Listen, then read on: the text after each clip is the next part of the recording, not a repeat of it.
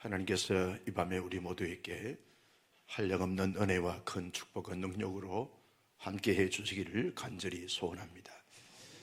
하나님께서 말씀을 주실 때는 분명한 의도와 목적이 있어서 말씀을 하나님의 종들을 통해서 1차 독자들을 대상으로 말씀을 주신 것이죠. 성경은 1차 독자들만 들을 수 있는 말씀이 아니라 여러 세대, 또 이 땅에 존재하는 동안에 이 땅에 살아가는 모든 사람들이 그 말씀을 듣고 그 말씀을 따라 실천하는 삶을 살아가는 이런 하나님의 기대치가 있는 것을 보게 되었습니다. 여러분, 고린도후서 말씀도 이 사도 바울이 하나님의 계시를 받아서 고린도 교회에 적합한 말씀으로 기록해 주셨습니다. 이 말씀은 비록 고린도 교회에만 해당되는 것이 아니라 21세기를 살아가는 우리들 교회에도 반드시 필요한 말씀이다. 그렇게 우리가 볼 수 있는 것입니다. 이 고린도 후서는 언제 기록했는가 할 때 AD 56년 가을경에 기록했다. 그렇게 우리가 추측할 수 있습니다. 고린도 전서는 AD 55년 봄에 기록을 했는데 약 1년 반 정도 후에 바울이 이 고린도 후서 말씀을 기록을 했습니다. 학자들마다 조금씩 견해가 좀 다르기도 합니다만 대부분의 학자들은 56년 가을에 기록했다. 그렇게 보게 되었습니다. 어디에서 기록했는가라고 할 때 마게도니아에서 기록했다. 마게도니아는 바울이 2차 전도 여행 때 빌립보, 데살로니가, 베레아 이 세 지역에 있는 영역을 가리켜서 마게도니아 지역이다. 그렇게 말하게 되었습니다. 바울은 빌립보에서 고린도 후서 말씀을 기록했는가? 아니면 데살로니가에서 기록했는가? 베레아에서 기록했는가? 정확한 장소는 알 수 없지만 마게도니아 지역에서 고린도 후서 말씀을 기록을 했다. 그렇게 볼 수 있습니다. 오늘부터 고린도 후서 말씀을 연속적으로 우리 수요일마다 같이 말씀을 나누면서 은혜를 받기를 원하는데 이 고린도 후서 말씀을 왜 기록했는가? 기록한 분명한 목적이 있다는 거죠. 그 첫 번째 목적이 고린도 후서 2장 4절 말씀을 같이 한번 보시겠습니다. 2장 4절입니다. 시작. 내가 마음에 큰 눌림과 걱정이 있어 많은 눈물로 너희에게 쏟노니 이는 너희로 근심하게 하려 하는 것이 아니요 오직 내가 너희를 향한 넘치는 사랑이 있음을 너희로 알게 하려 함이라. 바울이 고린도 교회를 향하여 넘치는 사랑을 가지고 있다는 거죠. 그래서 그 넘치는 사랑을 전하기 위해서 이 고린도 후서 말씀을 기록을 했다는 것입니다. 여러분, 고린도 교회는 아가야 지역에 있는 고린도 교회는 사도 바울이 2차 선교 여행 때에 약 1년 6개월 동안 체류하면서 브리스길라, 아굴라 가정과 함께 텐트 메이킹을 하면서 복음을 전했던 그런 지역입니다. 음란의 도시고 우상 숭배의 도시고 여러 많은 복잡한 사회적 문제를 안고 있는 이 고린도 지역에 하나님의 분명한 계획과 의도가 계셔서 바울과 브리스길라, 아굴라 가정과 함께 1년 6개월 동안 체류하면서 최선을 다하여 복음을 전가하다 보니까 믿는 사람들이 많아지고 교회가 잘 세워지게 됐습니다. 바울에게는 여러 지역을 다니면서 복음을 전했는데 가장 오래 머문 지역이 에베소 지역이고 이건 3차 선교여행 때에 약 2년 반에서 3년 동안 체류하면서 말씀을 전하고 교회를 세운 것이고 그 다음에 오래 있었던 곳이 이 고린도 지역입니다.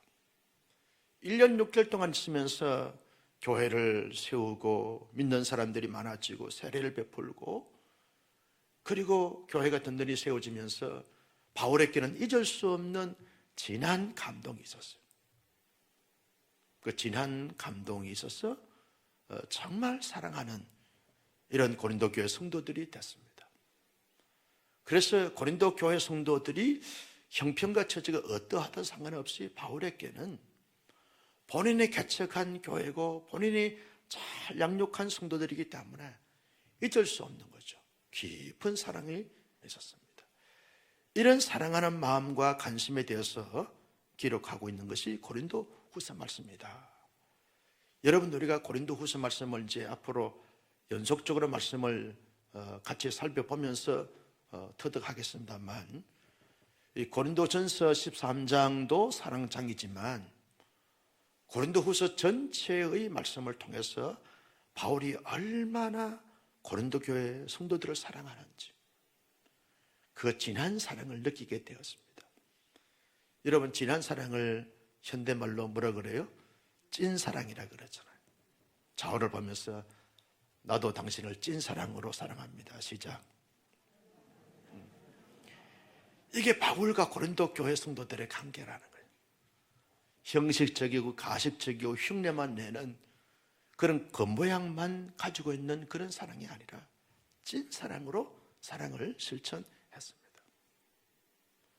고린도 교회가 이제 많은 문제가 생겼습니다. 바울이 1년 6개월 동안 복음을 전하고 난 다음에 고린도 지역에서 떠나 에베소로 오고 에베소에서 주로 이제 3차 선교여행 때 사역을 하다 보니까 이 고린도 지역에 있는 이 교회의 성도들이 이런저런 문제들이 있다는 사실을 듣고서 그들에게 편지를 썼습니다.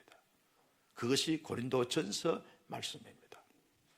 나는 사람 중심으로 해서 아볼로파다, 나는 게바파다, 나는 바울파다, 나는 그리스도파다. 파벌이 생겨서 사분오열되어지는 이런 문제라든지, 고린도 뒷산에 있는 아폴로 디테 신전에서 신접한 여인들이 한 1000여 명 정도 있었다 그러는데 그들과 관계를 가지면서 신에게 제사를 드리고 재래의식을 행하게 되는 것입니다. 우상 숭배하게 되어지고 간음하게 되어지고 우상의 제물을 먹어야 되냐 말아야 되냐 이런 문제들, 세상 법정에 하나님의 사람들이 문제를 가지고 고소하고 고발해야 되는가 하는 문제들, 은사에 대한 문제들, 여러 많은 문제들이 생겨났다는 사실을 알고 바울이 거기에 대한 그들의 갖고 있는 문제에 대한 해석을 잘 정리해 놓은 것이 고린도전서 말씀인데, 디도를 통해서 고린도전서 말씀을 전했는데 디도가 약속 시간보다 자꾸 늦어지는 것입니다. 자기한테 마게도니아에 있는 지역에 와야 되는데 늦어지는 거예요. 왜 늦어지는가? 고린도 교회 성도들이 문제를 내가 지적하고 해석을 하게 되었고 해결책을 고린도전서 말씀을 통해서 제시를 했는데 고린도 교회 성도들이 그 문제들을 잘 이렇게 극복해서 성숙한 교회가 됐는가 되지 않았는가 굉장히 궁금한 가운데 있었어요. 이런 가운데서 이 고린도 교회 성도들에 대해서 상당한 기대감을 갖고 있었던 가운데서 기록하고 있는 말씀이 고린도후서 말씀인 것을 알 수 있습니다. 감사하게도 디도가 고린도 전서 말씀을 전해주고 왔을 때 고린도 교회가 바울이 전해준 그 말씀을 듣고 많이 문제가 해결되어서 성숙했다는 말씀을 듣고 감사의 내용을 고린도 후서에서 기록을 했습니다. 또한 이 바울이 떠나고 난 다음에 여러 이제 후계자들과 거짓 교사들이 나타나서 특별히 유대교 출신들이 나타나서 바울은 정통성이 있는 사도가 아니다는 거예요.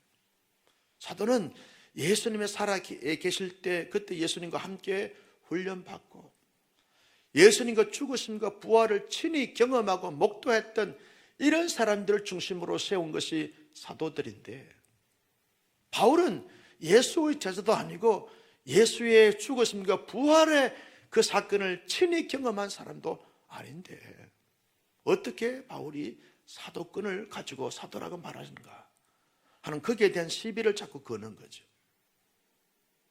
예컨대 목사인데 목사에 대해서 목사가 아니라고 자꾸 이렇게 딴지를 거늡니다.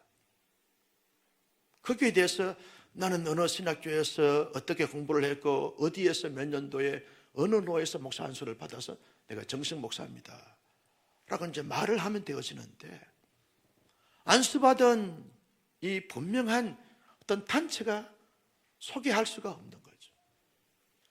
이럴 때 당신은 가짜 목사다라고 할 때 그 목사님은 대부분 흔들리게 됩니다. 바울에 대한 시비가 그것이었습니다. 사도권을 인정하지 않는 거예요. 당신이 사도가 됐는데 당신이 누가 사도를 세웠느냐라고 말할 때 이 바울은 하나님이 친히 자기를 사도로 세웠다라고 답을 해야 되는데 이 답이 공신력이 없는 것입니다. 그래서 바울도 굉장히 괴로웠어요. 괴로운 심정을 가지면서도 하나님이 하나님의 뜻을 따라서 주 예수 그리스도의 사도로 나를 세웠다 하는 것을 차근차근 설명해 주면서 설득하고 변호합니다. 이게 고린도 후서에서 아주 굉장히 중요한 그런 말씀으로 말씀하고 있는 것을 보게 되었습니다. 또한 이 고린도 교회 성도들이 자기에게 여러 가지 많은 오해로 인해서 불편한 관계가 가졌는데, 고린도 후서 말씀을 쓰면서 고린도 교회 성도들과 옛사랑, 처음 내가 너희들에게 가서 1년 6개월 동안 복음을 전했는데 내가 전한 복음을 듣고 너희가 성도가 되지 않았냐, 우리가 좋은 관계를 가지자, 관계 회복을 하자, 이런 차원에서 고린도 후서가 기록이 됐습니다. 바울 당시에 이 모든 교회의 이 모교회라고 말할 수 있는 예루살렘 지역에 기근이 들고 가뭄이 들어서 농사가 되지 않는 것입니다. 그래서 성도들이 많이 배가 고파서 너무너무 힘들게 어렵게 살고 있는 거죠. 그때 마게도니아에 있는 빌립보 교회나 데살로니가 교회나 여러 교회들이 구제 헌금을 하게 되었습니다. 고린도도 아주 당시에는 무역 거래가 왕성하게 이루어졌던 도시이기 때문에 돈이 많은 도시입니다. 여러분, 돈이 많은 도시의 성도들이 헌금을 많이 할까요? 적게 할까요? 헌금 안 하려고 지금 작정할 사람.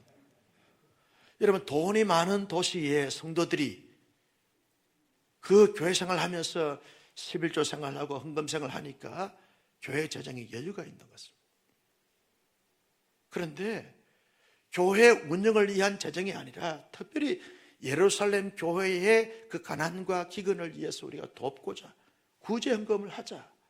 그 구제헌금을 할 때 어떤 마음과 자세와 정신과 태도를 가지고 헌금할 거냐, 여기에 대한 바울의 설명이 고린도 후서에 기록되어져 있는 것을 볼 수 있습니다.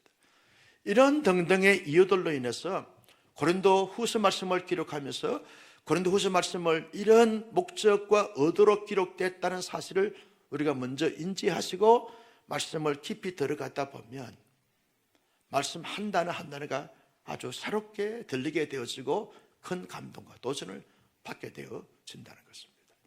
자, 그러면 이 고린도 후서 말씀을 이렇게 기록한 이 편지를 이렇게 전해준 발신자가 누구냐라고 말할 때 바울과 디모데라고 했습니다. 1절 말씀을 같이 한번 보실까요? 시작. 하나님의 뜻으로 말미암아 그리스도 예수의 사도 된 바울과 형제 디모데는 고린도에 있는 하나님의 교회와 또 온 아가야에 있는 모든 성도에게 그랬어요. 하나님의 뜻으로 말미암아, 바울은 자기의 정체성에 대해서 분명한 확신이 있었어요. 나는 사도회의에서 사도로 세워진 자가 아니다는 거예요.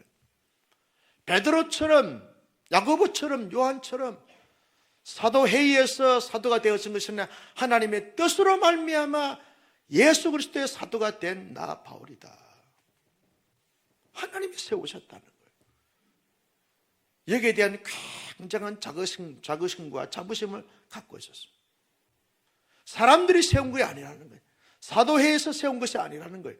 어떤 신학, 어떤 노회의 목사의 모임에서 세운 것이 아니라 하나님이 하나님의 뜻을 따라서 친히 나를 사도로 세웠다. 이런 바울이 다메섹 도상에 가다가 사도행전 9장의 말씀에 보면 부활하신 주님이 찾아오시죠. 바울이 부활하신 주님을 뜨겁게 경험합니다. 그때 바울은 부활하신 주님을 만났어요.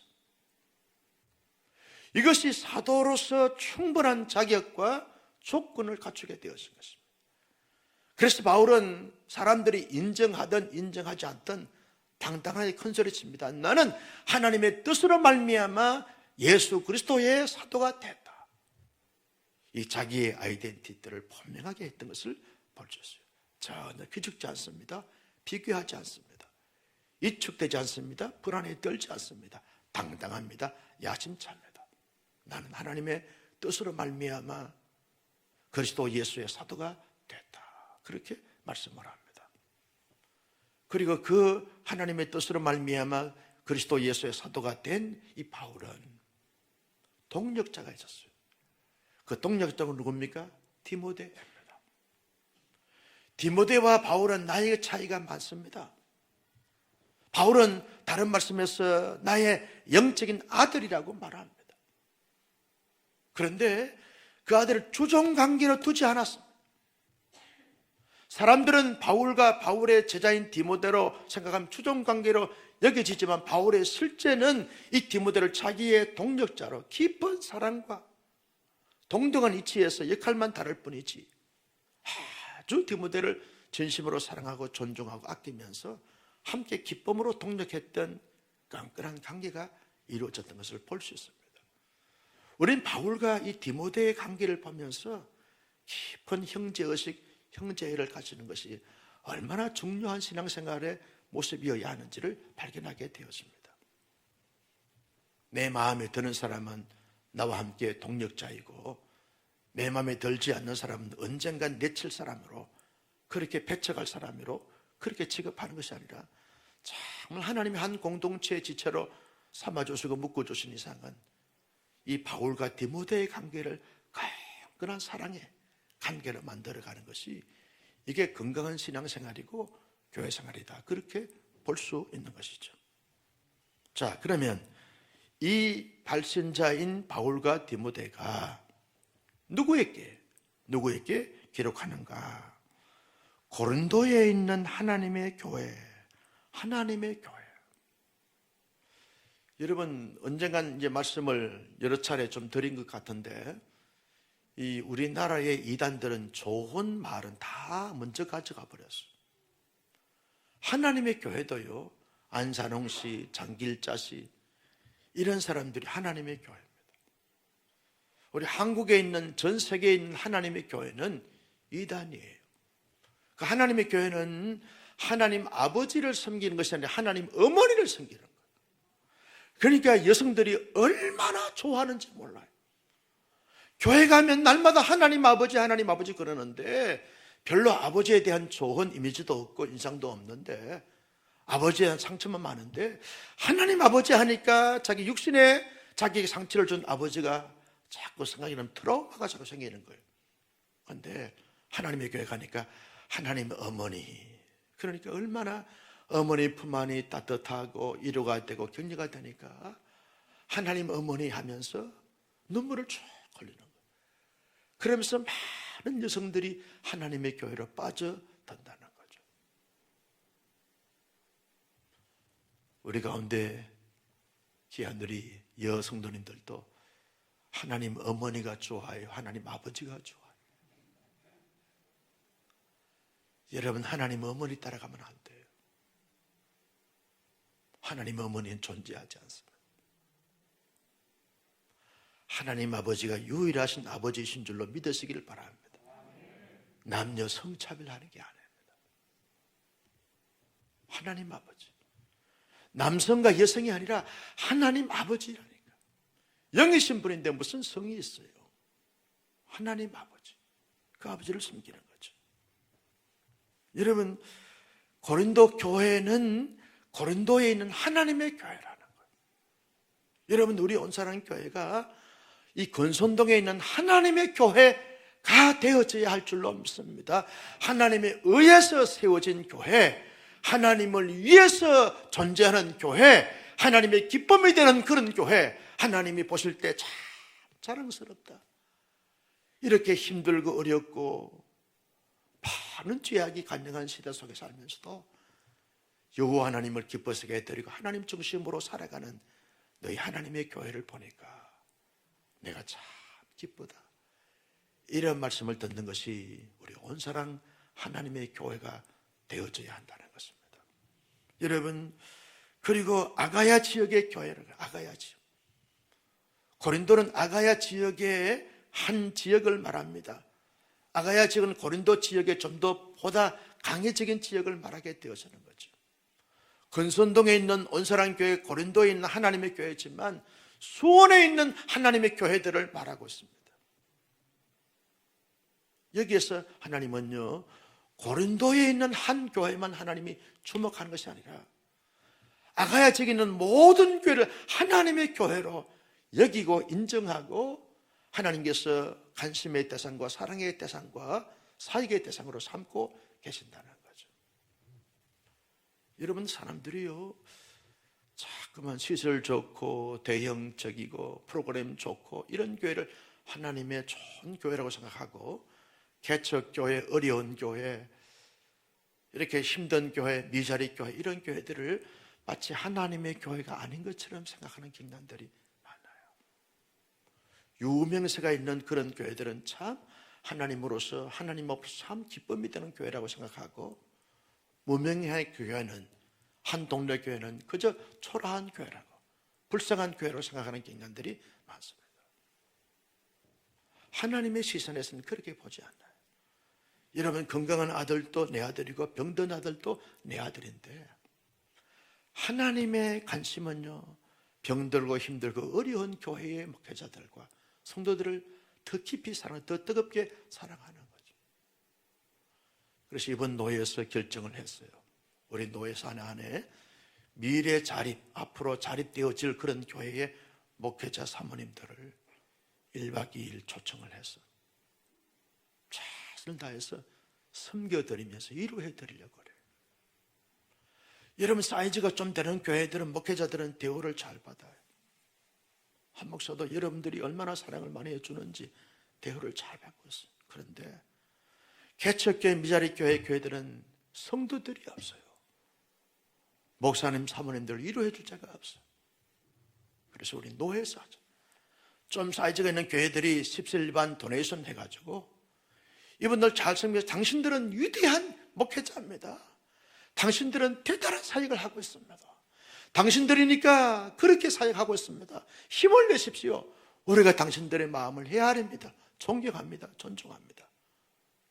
잘 대접해 갈 때는 두툼하게 봉투를 만들어가지고 주려고 그래요. 그래서 우리 교회도 돈을 좀 많이 내놔야 돼. 아멘도 안 하죠. 여러분, 큰 교회 목사만 목사가 안 돼요. 한두 명의 성도를 놓고 울고 웃는 목회자들의 마음을 헤아려 주는 것이 이게 하나님의 교회의 이 정신이고 스피릿이라는 거죠. 바울은 아가야 지역에 있는 모든 교회들, 고린도에 있는 이 교회들을 보면서 다 하나님의 교회로 여기게 됐던 것을 볼 수 있습니다. 여러분, 그런 발신자와 수신자의 관계를 설명하고 난 다음에 2절에서 이렇게 말합니다. 2절 다 같이요, 시작.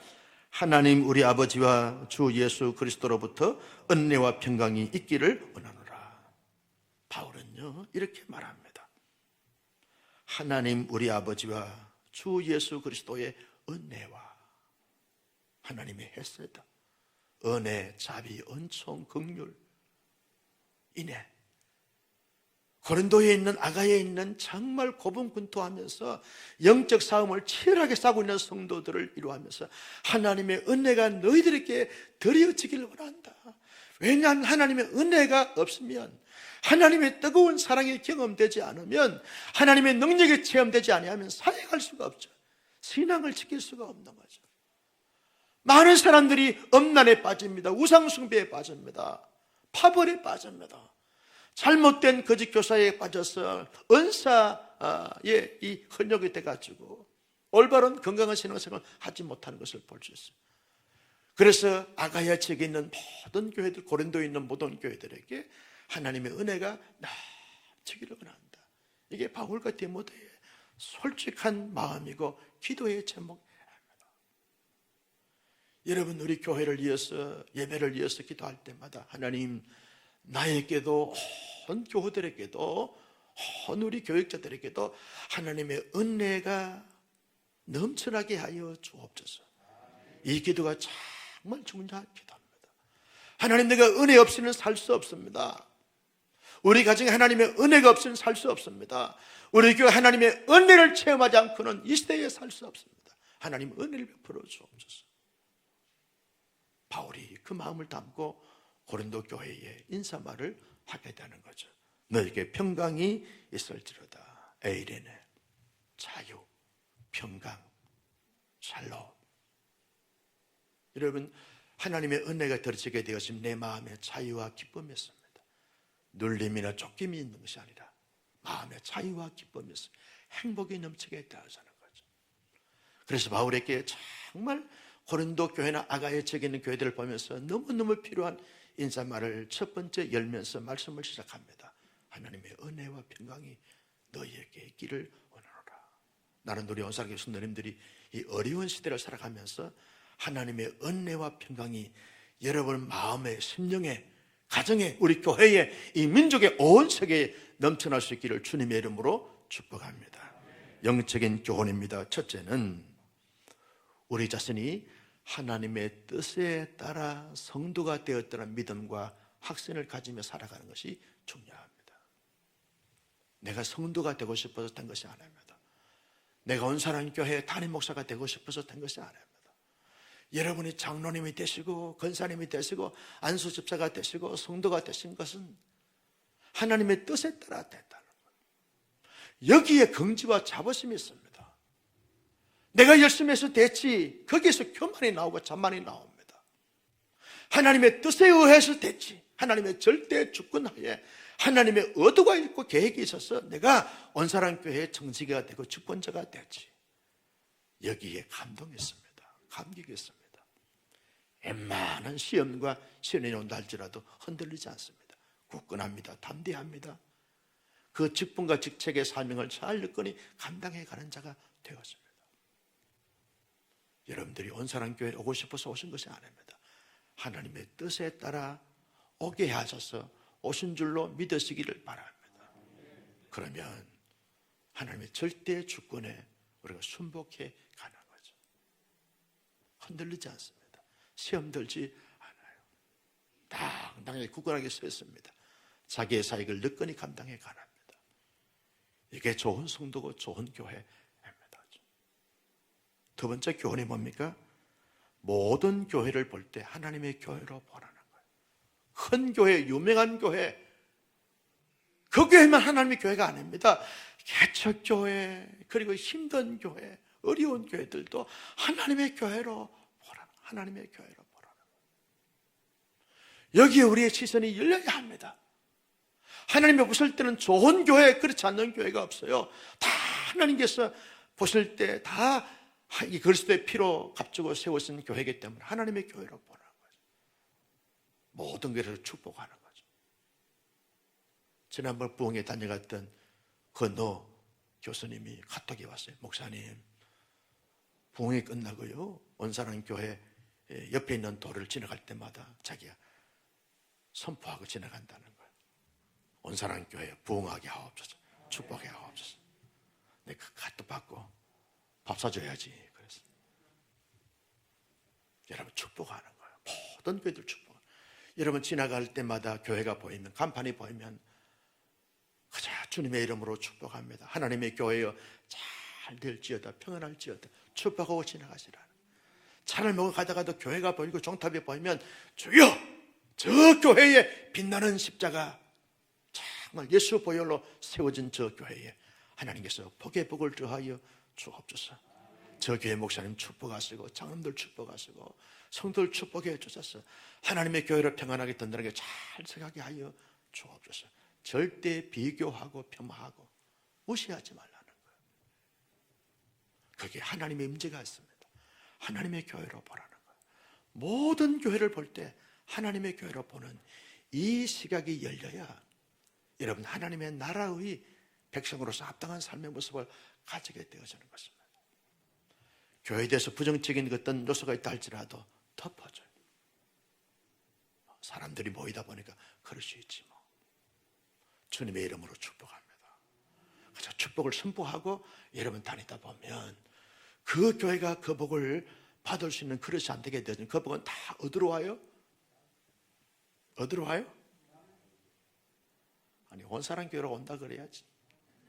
어디로 와요? 그 교회가 받을 그릇이 안 되면 하나님께서 다 바깥으로 버릴 필요가 없잖아요. 다 준비된 여러분이 섬기는 교회. 어느 교회게? 어떻게 그리 살았어요? 온사람 교회에 복이 오를 줄로 믿습니다. 마지막 세 번째는요, 모든 사람들과 축복의 관계를 이루면서 살아가는 것이 중요합니다. 여러분, 이제 우리 임직자를 선출을 위한 공동회를 앞두고 있습니다. 여러분, 모든 성도들을 축복의 관계로 보고 대하면서 유지해 가는 것이 중요합니다. 장로님들 이제 12분 후보자들 가운데 8분을 선정하는 것 이외에는 그저 이 사람은 마음에 들기 때문에 찍고 이 사람은 마음에 들지 않기 때문에 안 찍고 그러면 될까요? 안 될까요? 대답해봐요. 될까요? 안 될까요? 안 돼요. 왜냐하면 여러분은 다 몰라. 일부 예배 나오는 집사님을요, 3부 예배 나온 성도들이 알 수 있을까 없을까? 일부 예배 나온 사람은 항상 일부 예배만 나와.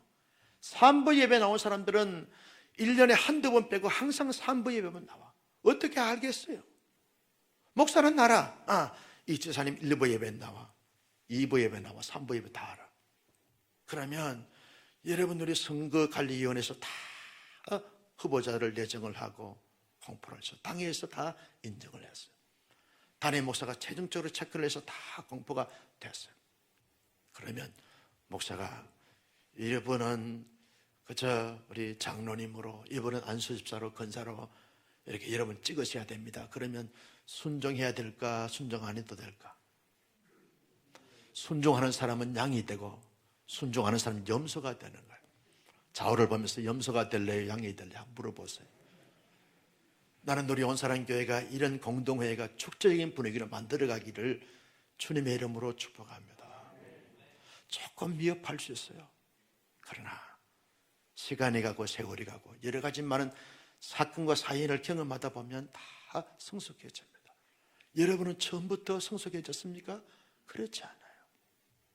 저도 30대 중반에 교회를 같이 했는데 그때 어떻게 했는지 모르겠어요. 지금도 미숙한 부분들이 많은데 또 아멘 하지. 그런데 그때 얼마나 미숙했겠어요. 그런데도 성도들이 다 불쌍히 보셔줬던 것 같아요. 긍휼히 여겨주시고 우리 목사님 아직 젊어서 그렇구나. 우리가 다 품어주고 기다려줘야지. 그래서 여러분 온사람교회가 큰 분쟁과 분열이 없이 여기까지 온 거예요. 난 여러분들이 그저 긍휼히 여기는 마음과 사랑의 눈빛으로 봤기 때문에 내가 26년 동안 강단을 지킬 수가 있었어. 내가 잘나고 똑똑해서가 아니에요. 여러분들의 다 사랑과 기다려줌과 긍휼 베풀어 주심 때문에 그렇다는 거예요. 그러면 여러분 저희 권사가 되실 분들, 안수집사가 되실 분들 나이가 많든 적든 상관없이 다 뽑아도 되는데 왜 굳이 안 뽑으려고 하는지, 체크를 왜 안 하는지 도대체 이해가 안 돼요. 뽑으라 그러면 뽑아야 되는데, 그래야 양이 되는데 왜 꼭 염소 짓을 해야 되는지 아무리 눈을 씻고 봐도 이해가 잘 안 되는 사람들이 많아요. 온사람 교회는 이제부터 그래서는 안 돼요. 찍으세요. 다 찍으면 돼요. 모든 성도들을 축복의 관계로 바울과 디모데처럼 형제, 내가 당신의 약점을 내가 담당해 주면 되지 뭐. 내가 당신의 장점을 극대화시키면 되지 뭐. 우리 모두 손에 손을 잡고 함께 우리가 일꾼 세워서 그 일꾼들이 마음껏 사역하면서 하나님의 교회를 더 건강한 교회로 만들어가는데 우리 모두 쓰임받자. 손에 손을 잡고 공동회 잘 준비해서 바울 같은 사람, 디모데 같은 사람들을 많이 배출하는 멋진 우리 온사람 교회가 될 수 있기를 예수님의 이름으로 축복합니다.